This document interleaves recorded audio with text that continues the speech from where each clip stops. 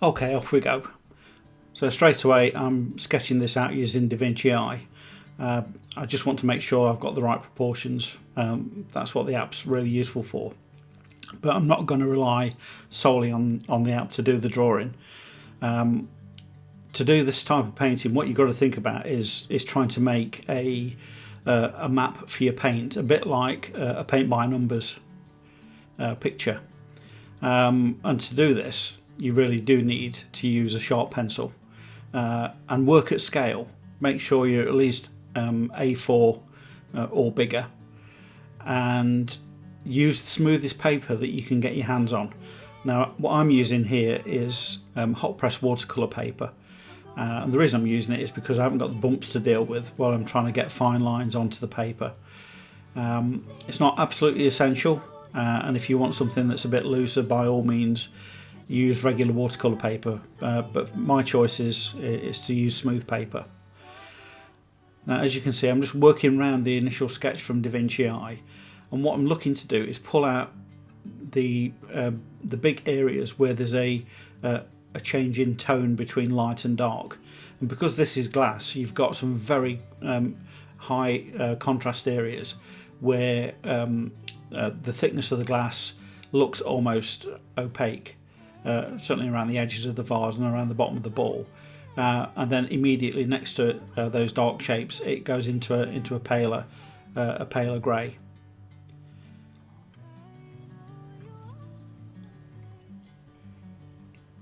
So the quality of your drawing is really key for this. The painting is actually pretty straightforward.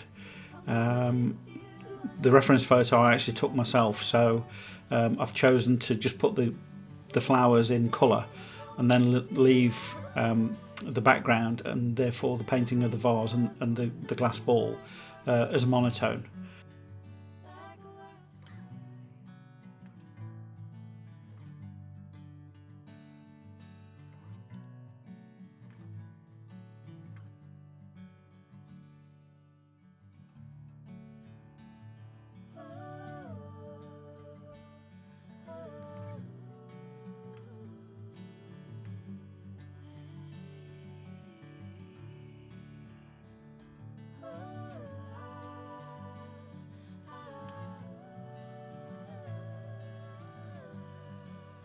Just getting ready for paint.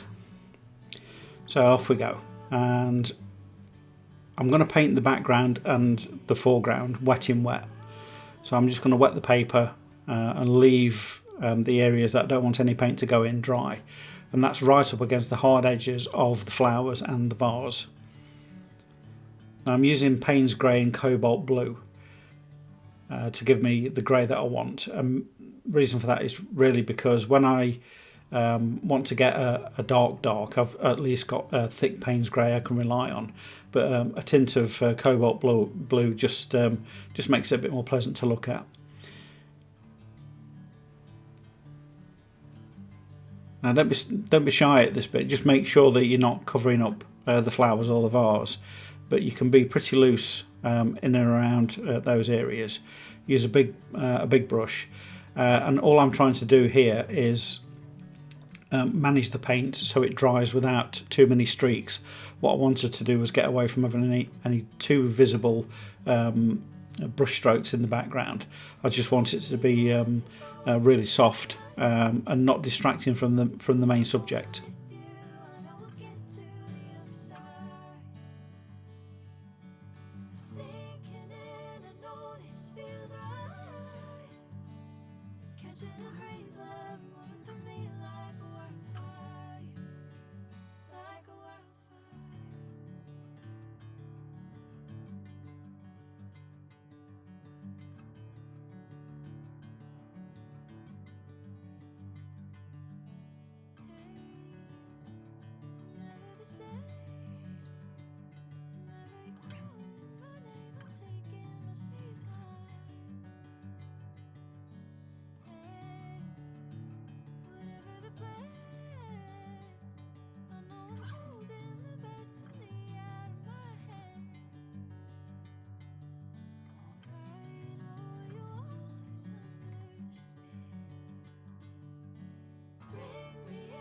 Golden sunlight, get to the other side. Sinking in, I know this feels right. Catching a breeze, love moving through me like a wildfire, like a wildfire.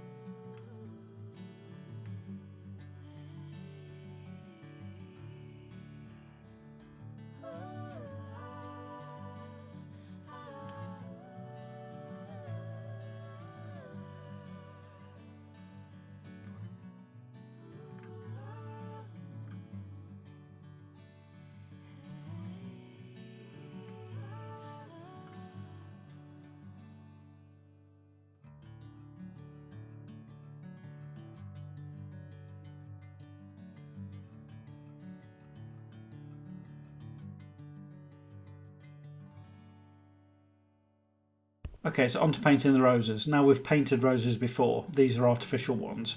Doesn't really matter. The only thing we've got to watch for is where the leaves of the rose are visible underneath the rim of the vase. What we need to do at this stage is make sure that we leave a nice sharp edge to denote whereabouts the rim of the vase is. When we come to paint those leaves down at the bottom, you'll see that I'm really careful not to go too far. We've got to make sure that you preserve that edge, because if you get any paint in that area, it's very difficult to make it believable later on that it is actually a glass rim. Bring me into golden sunlight. If I'm going with you, I know we'll get to the other side. Sinking in, I know this feels right. Catching a breeze, love moving through me like a wildfire, like a wildfire.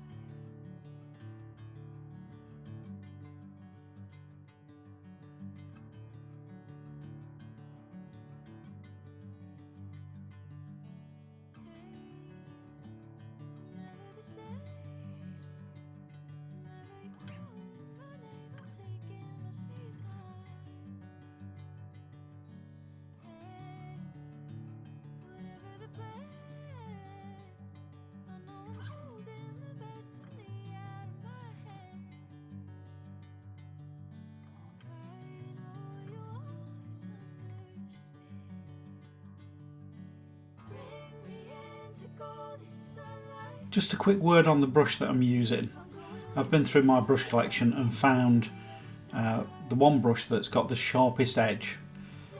It really was required for this, and I think I end up painting most of this picture with that one brush. It's like a flat brush, but it's actually got a diagonal cut out of it. I think it's called a dagger brush, but it's perfect for just getting into the corners where the leaves meet the rose body, and also when I come to paint the vase and the glass ball, it's got a really fine point that allows me to draw lines.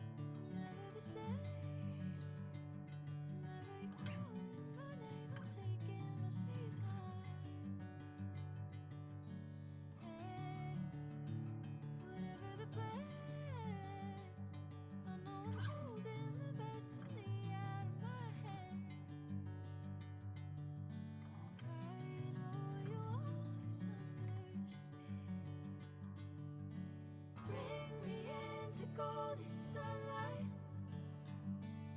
If I'm going with you, I know we'll get to the other side.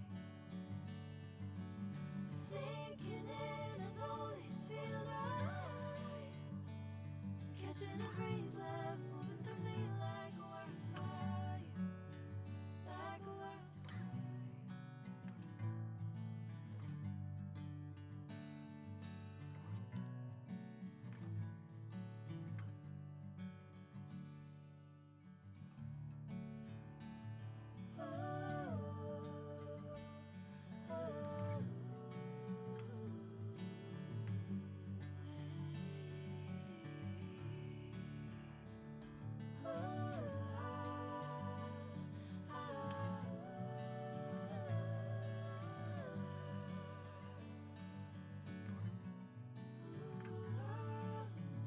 Okay, I'm now painting inside the vase, and I haven't actually painted the vase yet. What I'm doing is leaving negative space for when we attempt to paint the rim and also the reflections on the vase. But as you can see in the reference photo, it's okay to paint the stems and the leaves below the rim of the glass, because they're not affected by any massive changes in tone from the glass itself. So just get those in, and then you've got one less thing to worry about when we come to paint the vase.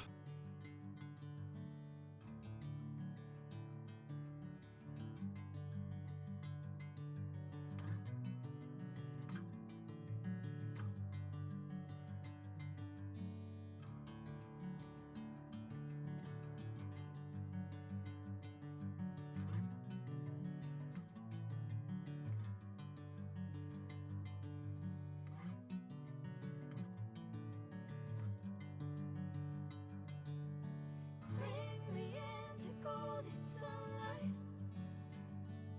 If I'm going with you, I know we'll get to the other side. Sinking in, I know this feels right. Catching a breeze, love moving through me like a wildfire, like a wildfire.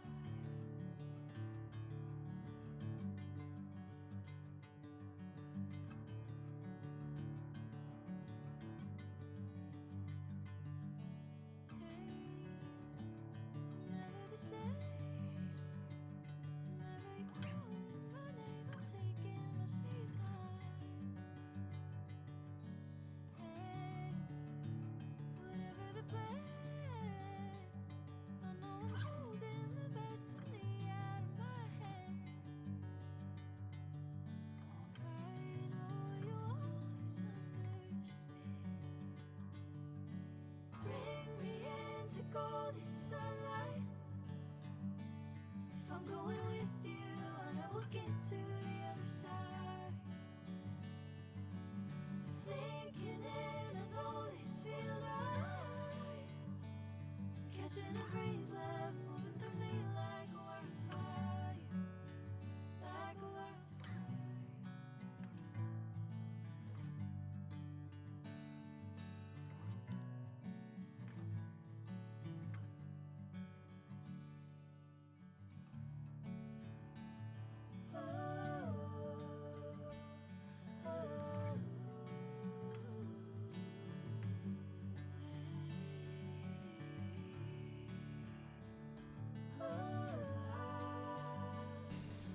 Okay, so let's start to think about painting the vase. Now what I'm going to do first is take a deep breath and start to apply some paint inside the vase. Now this is really just what you can see through the vase, so this is the background in effect. And the bits that I'm painting pretty light. I need to make sure that the drawing that I did, I observe the white areas. I need to preserve those because they represent the reflection of light when I took the picture. I fully intend not to use anything like white gouache to achieve those lights. I'm purely using the paper, and I'm just taking my time just to apply that evenly, so I've got some form and shape starting to appear in the vase itself. Now there are great areas in that vase that are pretty flat colour. Where you start to see the form is towards the edges and around the rim, where you've got either visibility of the flower through the rim, or the thickness of the glass causes a darkening, which I'm sort of applying here. I just want to make sure that I've got some paint down already for when we come to paint those darker areas.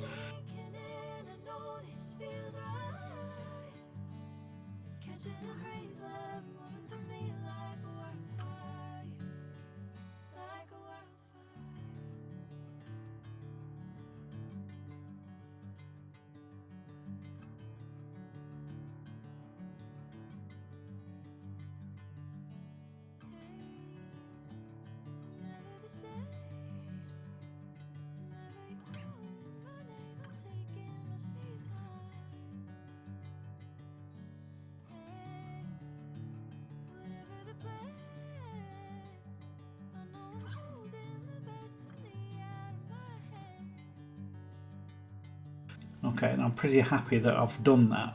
I've preserved my white areas. I'm just going to load up my brush and start to gradually build up in small areas the dark forms that describe the shape of the vase. Now on this side of the vase there is a bit of a reflection of the stems of the roses that's causing that dark edge, and around the rim you've actually got a reflection from the base of the vase. Now the front edge of the rim, you can see in the reference photo, you can clearly see the leaves of the rose through that rim.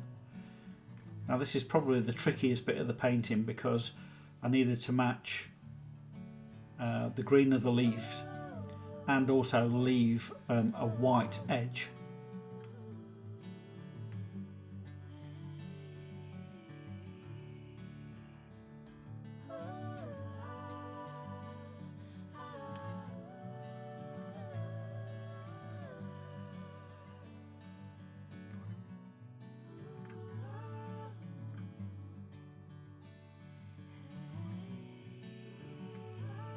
And there, I think I've done it.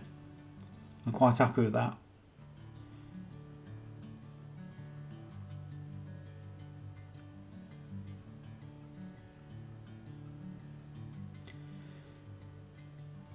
Okay, another deep breath. And now we're going to increase the tone on that right hand side of the vase.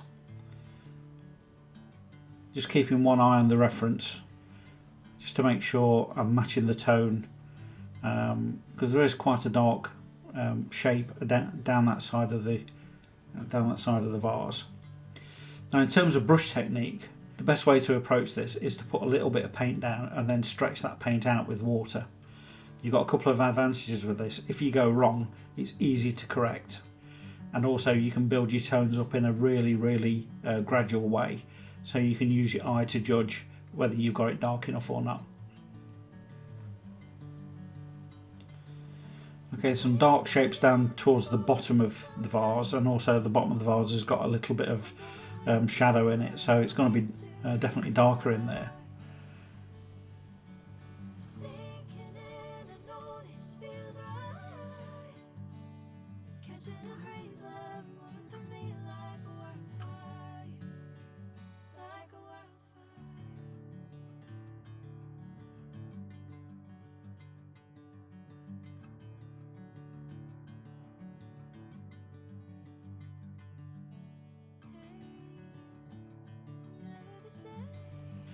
Now around the base of the ball is actually sat on its own. It's got like a little plinth that it sits on, that's got quite a complex shape. It's got it's square, but it's got the corners knocked off of it. But actually don't worry about that, just look at the reference and paint the dark shapes that you see, and trust me, it will come together.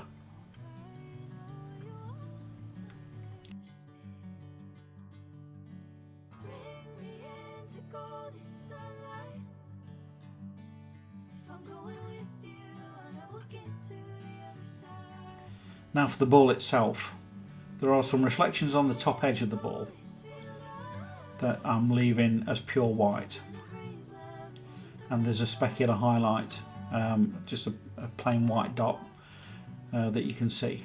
Now towards the bottom right of the ball you've got a view of the vase through the ball, and it's creating this dark shape, a dark line that takes it to the edge of the ball.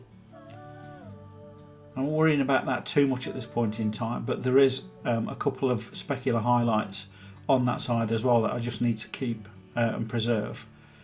Now it's okay at this point to get a hard edge, because you're actually observing a hard edge in the ball itself. The rest of it can be stretched out into softer edges, which you can do with water, just stretching your paint out.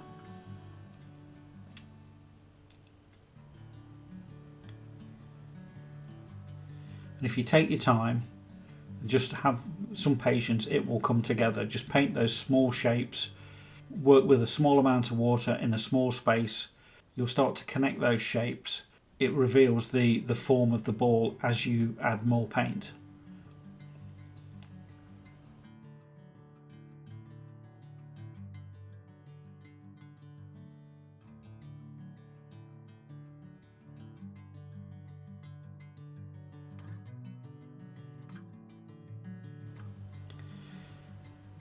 Now it's time to be brave. That dark edge really does need to be quite dark. So this is pure Payne's grey. Again, just with a bit of water, stretching it out a bit more definition around those two specular highlights. Even though it looks quite bright, there is a bit of grey in the middle of that square that I've just painted over. And also down towards the bottom right of the ball, just to make sure the edge is clear, I'm making sure the bottom of the vase is painted correctly, because that is actually what describes the form of the ball.